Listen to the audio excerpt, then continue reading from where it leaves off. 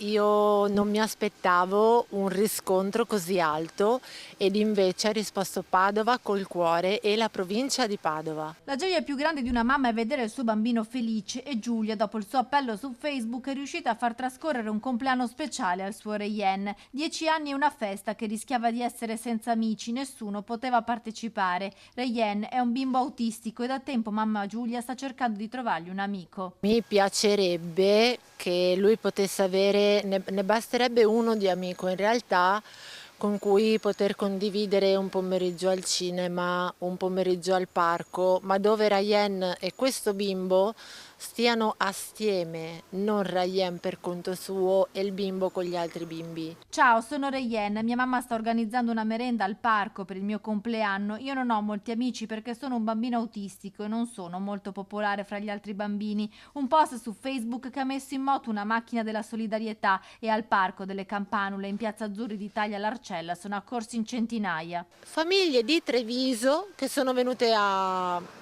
condividere il pomeriggio con noi e comunque tutte le persone che erano lì, io del centinaio e passa di persone che erano lì, personalmente ne conoscevo 6-7, tutte le altre persone non le conoscevo, eppure c'era un clima di solidarietà, di armonia. Per Reyen una giornata speciale, per lui il regalo più bello è stata la compagnia e la gioia di tante persone accorse per festeggiarlo. È stato un pomeriggio incredibile, Rayen era davvero felice, la prima parte della festa gli è servita per ambientarsi in un contesto comunque per lui nuovo, però passati i momenti iniziali di ambientamento, lui era felice, sorrideva, salutava le persone, ringraziava per i regali che gli portavano ed è stato bene, si è sempre comportato bene ed era molto sereno.